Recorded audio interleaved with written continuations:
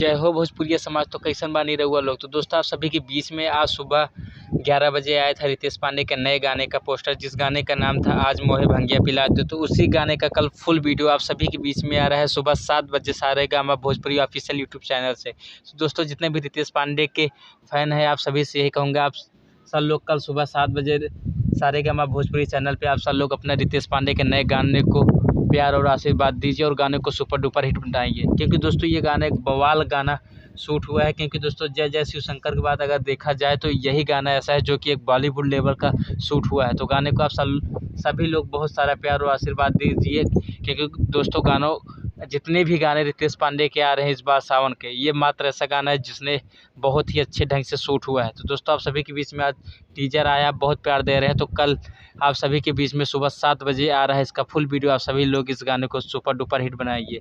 जी हाँ दोस्तों, जितने भी हमारे इस चैनल भोजपुरी म्यूजिक के देख रहे हैं चैनल को सब्सक्राइब कर लीजिएगा। क्योंकि मैं रितेश पांडे से लेकर भोजपुरी में जितने भी सुपरस्टार हैं सभी के न्यूज़ इस चैनल पर डालता रहता हूँ। तो मैं मिलता हूँ सबसे नई वीडियो, तब तक के लिए जय हिंद, जय भारत, जय हो भोजपुरिया समाज।